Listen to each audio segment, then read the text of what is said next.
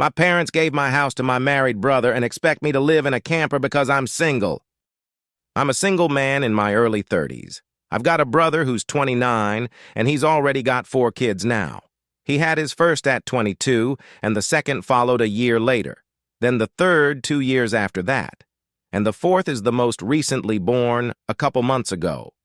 His wife, my SIL, and I do not get along, as she always likes to try and get a rise out of me by acting superior, then turns into an extreme self-victimizing drama queen if I retaliated against her in any way. She can cry in an instant and can put on an extremely convincing show to get sympathy from just about anyone. My parents and brother absolutely adore her, even though they know exactly how she really is and just don't care. She's very good-looking, I'll give her that. But she's so awful that I could never be attracted to her. She also refuses to get any sort of job, even though she has a college degree and my mother willingly helps with the kids all day. So, their finances are entirely dependent on my brother. This also means they can't afford to live anywhere but my parents' house. And privacy is a bit of an issue with all of them under one roof in a 3-bedroom house that was built in the 60s. Growing up, my younger brother was also the obvious favorite. We're 3 years apart in age, but he developed a superiority complex because I was badly punished if I retaliated against his antics in any way back then. It was obvious my parents cared for him a lot more because he got the lion's share of everything unless people called them out on it, which did happen a fair bit by other members of family, which is why my parents packed us all up and moved us about 150 miles away from them, so they generally would only see us on holidays since it was a 3-hour drive. My brother got physically abusive towards me on a number of occasions, flirted relentlessly with my first girlfriend to the point she broke up with me and laughed at any misfortune I had. And my parents just told me to suck it up whenever I was upset about it. I only got equal treatment when my parents wanted to keep up appearances. I admit it was rather funny to see the looks on their faces whenever they had to treat me equal to my brother on birthdays and Christmas because other people were present. We had relatives that were very nosy and loved gossiping drama. So my parents did their best to hide what was really going on and threatened to take all my stuff away if I didn't keep my mouth shut. If anything, it just made my parents celebrate more when I turned 18 and moved out because it meant they no longer had to provide for me. I wasn't even done with high school yet when I moved out, but couch surfing was far better than living with them. I was low contact ever since leaving home. They didn't even show up for my high school graduation. But I really didn't care. From that point on, I would usually only see my parents and brother on holidays like the rest of the family. The start 2020 pandemic was not kind to me.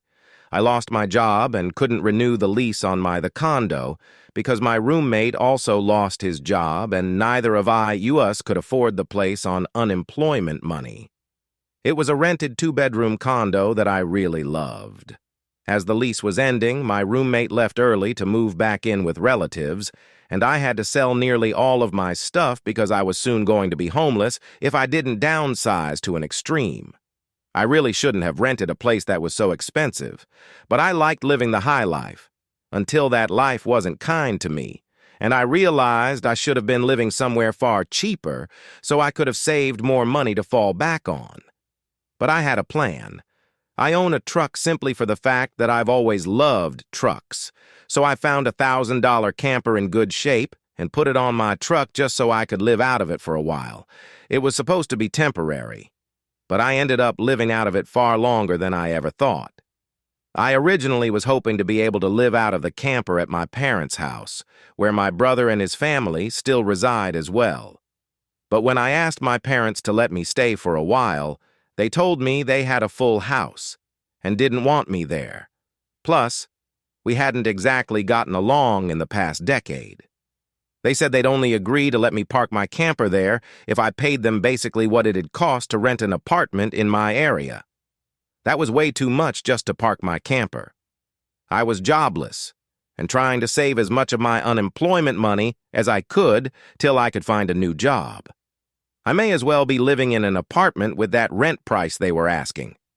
My parents called my camper an eyesore and told me to take a hike since we couldn't come to an agreement. And SIL thought it was absolutely hilarious. I had to live in a camper. My brother joined her in pointing at and mocking me while calling me a homeless bum. I parked my truck camper in a store parking lot to sleep on the first night that I had nowhere else to go. I felt scared out of my mind that someone might try to break in. Suffice to say, I didn't sleep well that night. There was nowhere else I could go, as any other relatives that owned houses were fairly far away, and all my friends were all apartment people. And I was pretty attached to my area as well, so I didn't want to just leave. I'd also had my mail forwarded to a friend's apartment. It was the only way I could still get my mail anymore. Finding a stable place to park was pretty difficult. I went looking around to try and find a job similar to my old one. It took months of living the nomadic camper life. In that time, I had to deal with a lot. Everything from beggars and drug addicts to people demanding I leave because my camper was an eyesore. At one point, someone who told me to move claimed to be with an HOA. I wasn't even parked on a street with houses. And when I questioned what HOA, they got incredibly belligerent and threatened me. I moved my camper anyway just to avoid the trouble. In order to have a steady supply of electricity, I learned to use a long extension cord to plug in anywhere I could to recharge my camper batteries. This meant sneaking around and plugging it into an outside outlet of a random building while parked on a street. I know that's a crumby thing to do, but I had to keep my batteries charged so my refrigerator would stay cold. I had a small solar power bank for recharging my phone, but I didn't have anything like a generator, and generators are noisy and require fuel anyway. So I did what I had to do. After months of living like that, I finally managed to get a new job. I had to move to the neighboring city to find a job that didn't involve retail. I worked retail while in college and promised myself never again. Though I was nearly ready to break that promise, I was still getting unemployment money, but I had no stable place to live while receiving it, and I didn't want to still be jobless when it ran out. Plus, I was bored out of my mind. I had little else to do but read, watch movies on a small portable DVD player, use my phone or laptop, and keep note of where I could park and what local public bathrooms I could use. I kind of envy that the Japanese have public bathhouses. We could really use stuff like that over here. When I finally landed a new job, I practically lived in the back lot of the building by the warehouse in old employee parking spaces. Literally, no one else seemed to bother using because they were so far in the back that the area was borderline forgotten. My boss company owner actually liked this arrangement because I was willingly available to take any shift I could get, so long as I had enough sleep. He even let me take the camper off my truck and set it up in one of the spaces so I could drive around without it. Not exactly sure if this was legal, but no one bothered us about it. The entire time I lived back there, I didn't have to deal with many trespassers. There were a few, but the security guards escorted them out. I was pretty much on call almost all the time when they needed me and was working virtually every day of the week. My boss let me plug my camper into the building for power and water, and I paid a small amount of rent by working for free on Sundays when no one else was in the office but the janitor and security guard. Beyond that, I usually had to shower at a friend's apartment or at my local gym as the camper didn't have a shower in it and only a portable toilet. And I didn't want to fill it because emptying it is a nasty chore. So I used other bathrooms as often as I could. I had a key to the warehouse and could go in to use the bathroom there at any hour. I was even on a first-name basis with the night security guard. He's since become one of my closest friends. The camper was easy to heat in the winter with a small electric heater. Summers were not fun, though. The camper didn't have AC, so I had to get a used portable air conditioner just to make it bearable. I made a lot of overtime pay, and hands-on learned some new skills from other employees. Eventually, midway into this year, I landed a better position in the company as a supervisor and started making a better salary than my old job. That's when I decided I wanted a house. The scare I'd gotten from losing my condo made me realize I needed something much more stable for the long term. I looked around for something close to my work, and just 2 miles away found a 3-bedroom manufactured home on a small property. But I managed to get it for $10,000 less than the asking price somehow. I used nearly my entire savings for a down payment and got approved for a home loan. I finally didn't have to live in a camper anymore. There was enough space for me to back my truck in behind the house to take the camper off to set it up in the backyard. So I put it there as its own little building just in case I want to use it again. When I was fully settled in the house, I was dumb enough to brag about it on my Book of Faces. My family saw the post, and that's where this shit really starts. After a few weeks, my parents and brother, along with his family, came to visit completely unannounced to have a tour of my home. I didn't even give them my address. So how they found out where I live, I still don't know. None of my friends have fessed up, and no prior family members visited me before that. So I wonder if they stalked me at work and followed me home or something. It really wouldn't surprise me. Once I opened the door, they practically all shoved their way in like rambunctious tourists, then just started making themselves at home. They all kept poking around, and SIL had this creepy smirk that she was repeatedly flashing me. And it was only later that I figured out why. And it made me madder than a bull on steroids that just got stung by a hornet. My parents were constantly talking about how I've got so much extra space now, and it's too much for someone like me who has no wife or kids. Sure, not now, but maybe someday. And my brother kept remarking about how there was more space than our parents' house, and my house was closer to his job, too.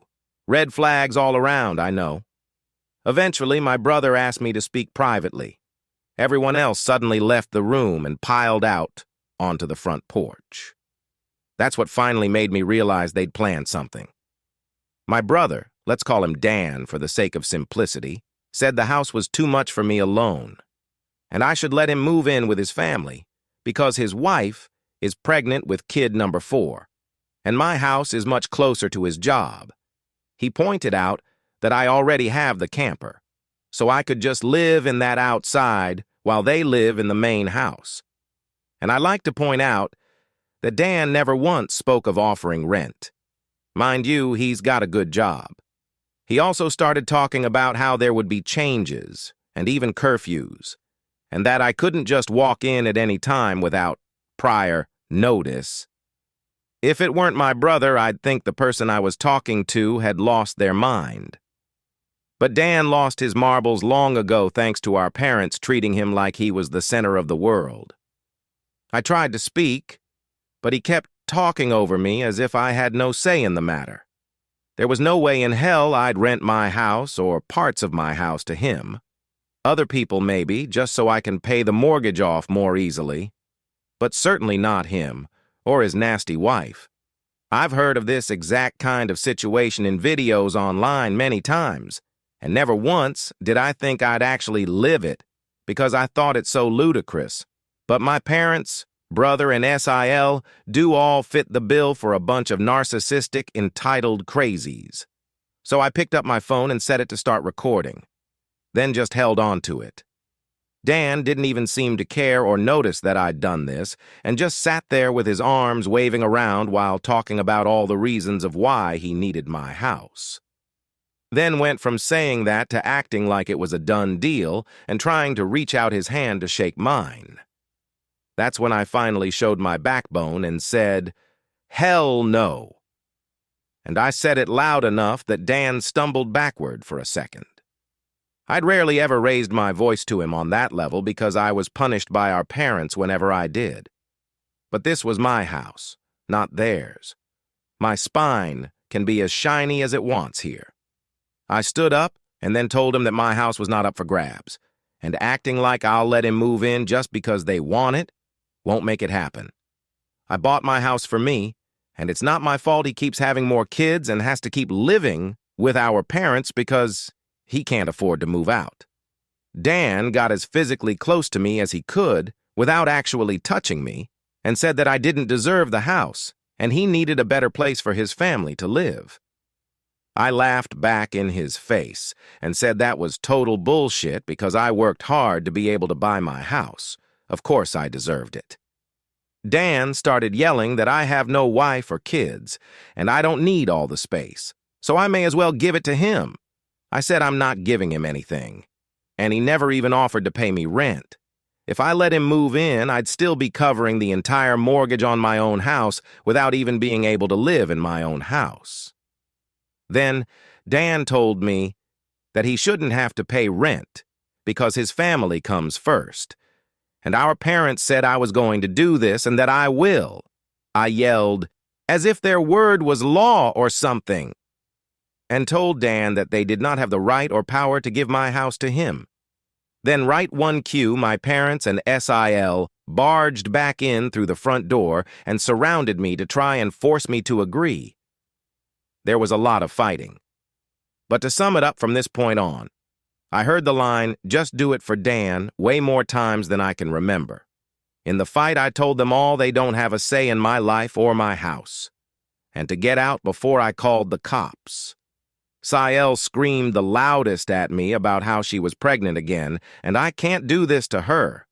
I said I did nothing to her. She just assumed she could take and take from me like I would just allow it.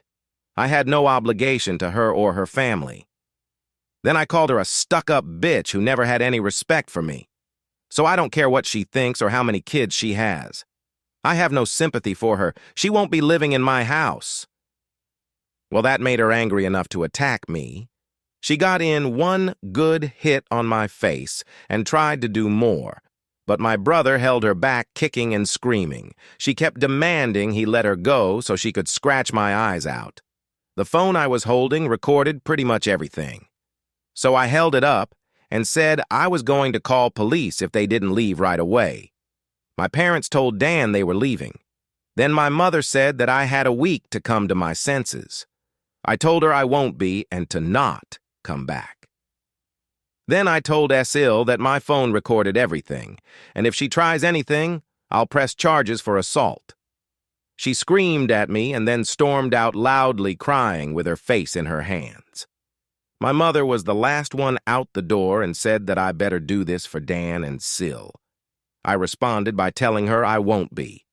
After I kicked my parents, brother, and SIL out for trying to force me to hand over my new house to my brother, I immediately went to my social media and told the story to the whole family.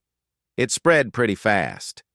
But you won't find it now because it all got deleted some time ago, and I put my own profile on private. I posted about it because I knew that the first thing my family would do when they got home is try to twist the event to make me the villain, and I was exactly right.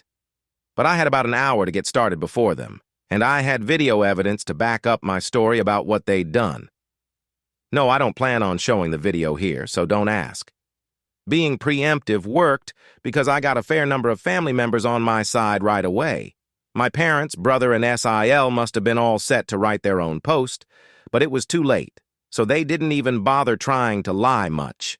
My parents, Dan, and SEL had a few flying monkeys supporting them, but not much else. Plenty of others knew how entitled they already were, so what happened was something they all quickly understood and accepted. There was one person in particular that called me.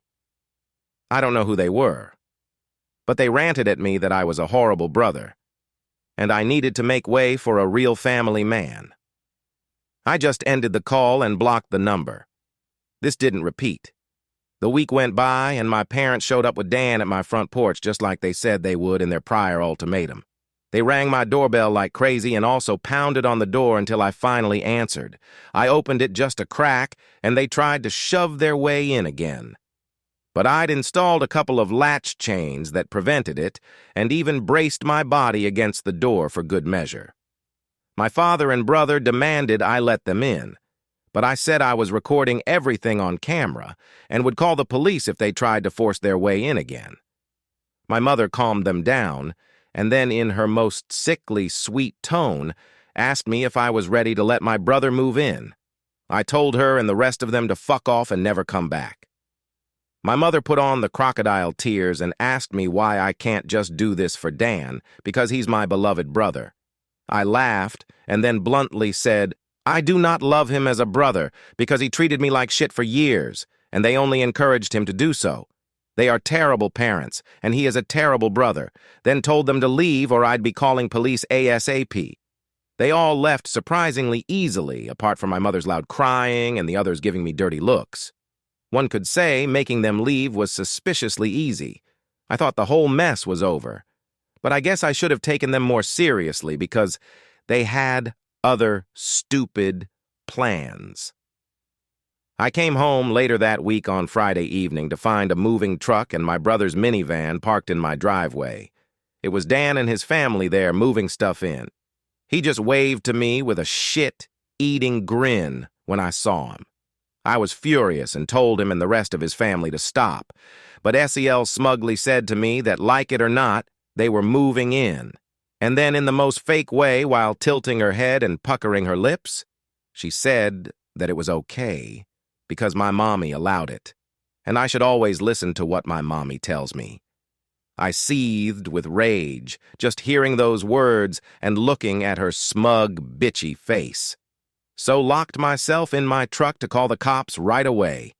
When they realized what I was doing, SEL started pounding on my window and yelling at me to stop, and that I can't do this to her because she and Dan need the house. And she cried, "Why can't you just do this for Dan?" I responded with, "F Dan. It's my damn house, not his." Then she threatened to key the side of my truck unless I stopped calling the police.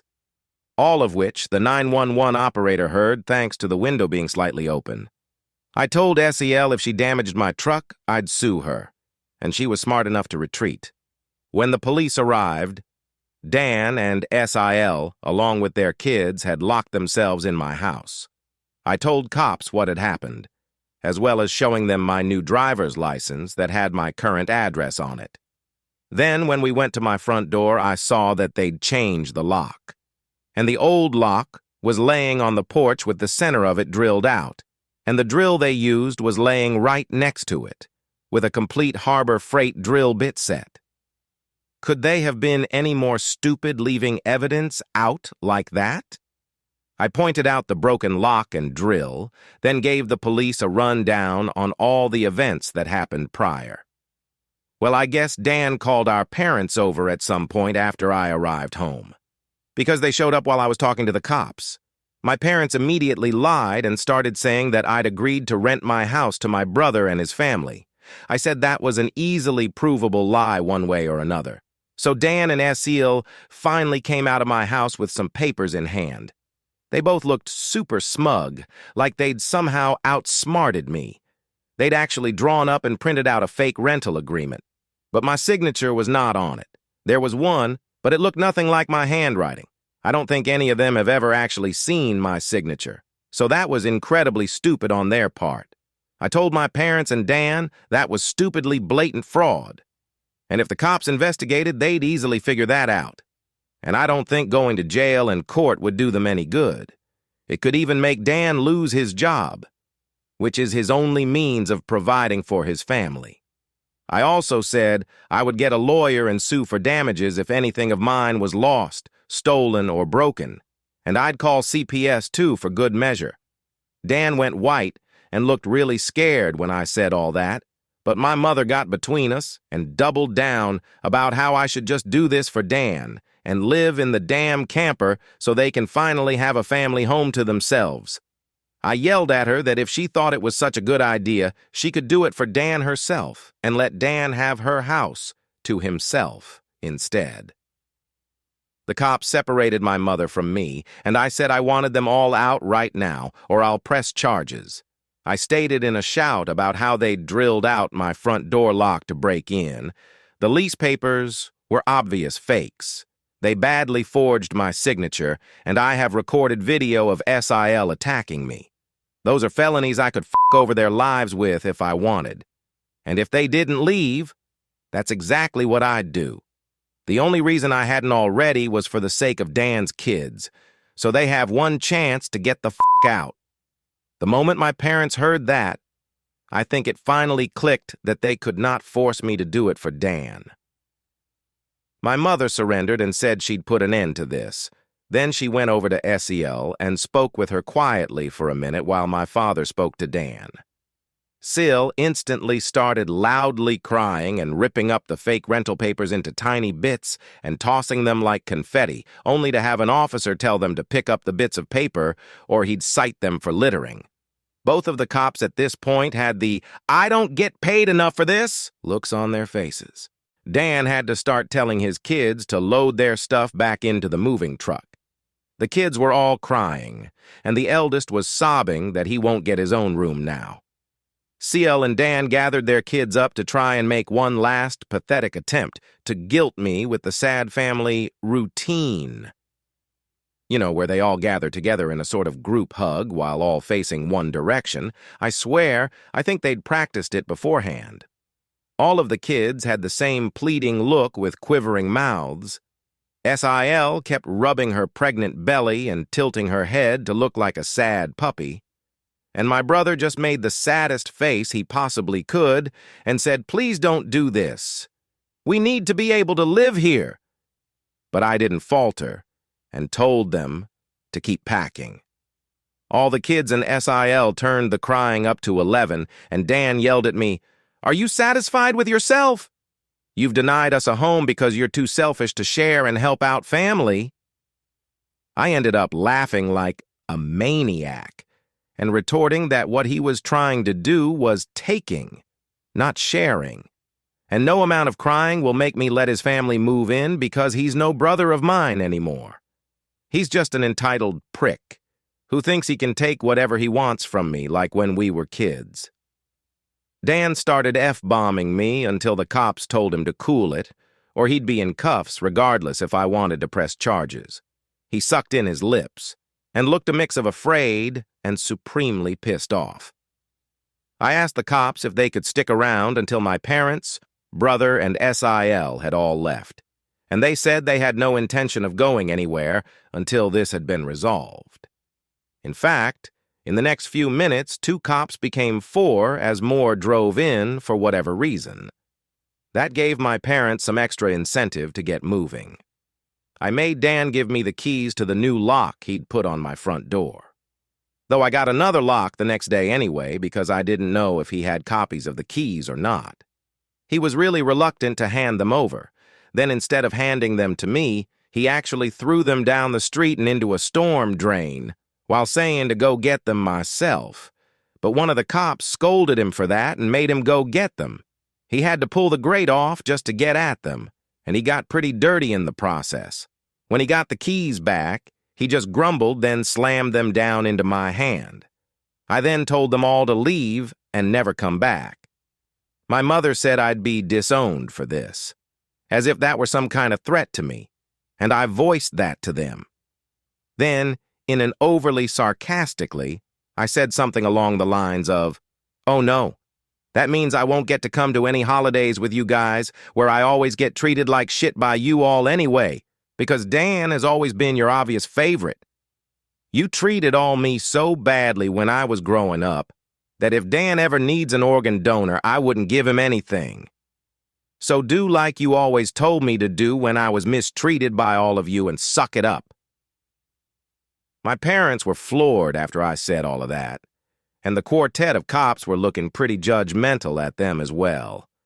I tell you, if you want to put nasty parents like mine on the spot, confront them in front of cops, because they'll likely not try anything really stupid then. My mother just started crying and walking away.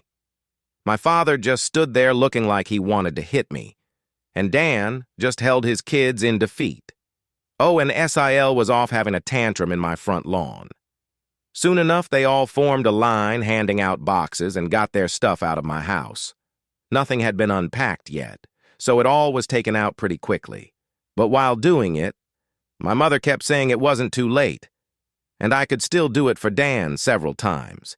each time trying to bargain more and more to try to make me change my mind. She said that Dan could pay me rent if I let them stay. And when that didn't work, she said I could move back in with them to let Dan rent my house so I wouldn't have to share the building. I told her to shut up and keep packing boxes because I don't want Dan or his family around. I don't want his money. And I certainly don't want to live with him or my parents ever again after the way they treated me when I was a kid. Making a deal with my parents would be like making a deal with the devil to me. SIL ended up having another tantrum after hearing that, and threw a box down, then sat on the ground to have a pity party because she didn't want to go back to sharing a house with my parents.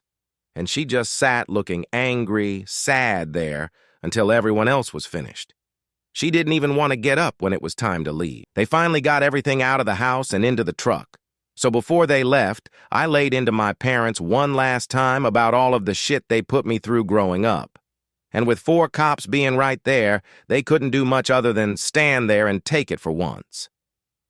I called them out on so many things that happened, and even pointed out how they couldn't just do something nice for me, like letting me stay over with my camper when I was homeless and trying to get back on my feet. How they let Dan and SIL ridicule me and call me a bum. Well, who's the bum now? They wanted to kick me out of my own house so Dan could stay in it free of charge, yet when I needed a place to go, they wanted to gouge me for more than I could afford just to park my camper when they knew I was out of the job. There were more extremely judgmental stares from the cops when I said all of that.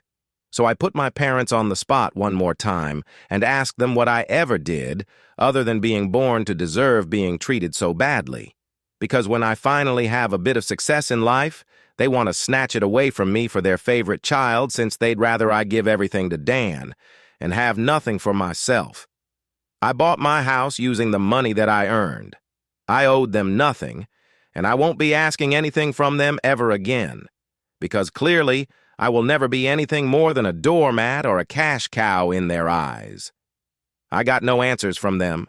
They just stood there looking like fish out of water. So I continued ranting and asked them what in God's name made them think they were such good parents after all of that. My father was beet red, but more from embarrassment than anger this time. And my mother was crying that she was a horrible person. I bluntly agreed that she is a horrible person. They all are. And I bet they'll go to hell for it too. They were shitty people, and they all knew it. But if I'd called them out on all this stuff in private instead of in public, they'd just get mad at me and still act like I'm in the wrong. They'd just kept up the denial for so long that it became a part of who they are. My mother buried her face in my father's jacket to cry. And my father looked more defeated than I've ever seen him. Dan and his family avoided me entirely as they finished putting everything back in the moving truck. I made sure nothing of mine was stolen, not that I'd had a chance to get much furniture yet. I was lucky to even have a couch at that time. They all got back in their vehicles, and SIL just stood staring at me with malice until my brother finally got her to drive the minivan home.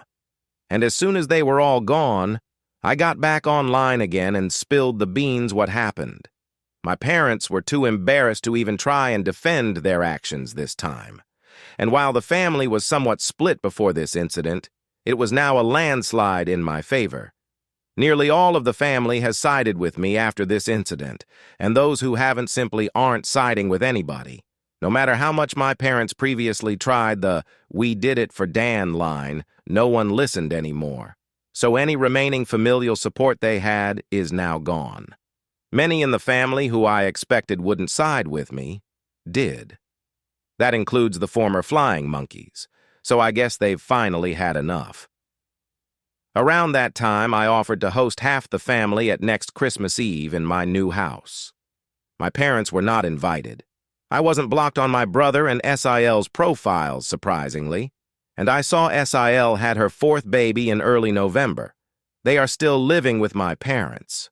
I'm pretty sure they knew I was watching, because SIL kept making passive-aggressive posts every couple of weeks or so about not having enough space while living with my parents, probably to see if she can still guilt me. And I'm sure it's driving my mother and father up the wall because they aren't getting any peace and quiet in their old age with 3 rowdy, obnoxious kids, a mentally unstable SIL, my golden child brother, and a newborn baby in the house all at once. Perhaps they could move into a camper in their own backyard and let Dan take over their house completely. They might get some peace then. Yeah, they could do that for Dan. Thank you so much to everyone supporting us. If you enjoyed this story, you would love this other one. This story took us a long time to make. Please consider subscribing so we can feed the llama.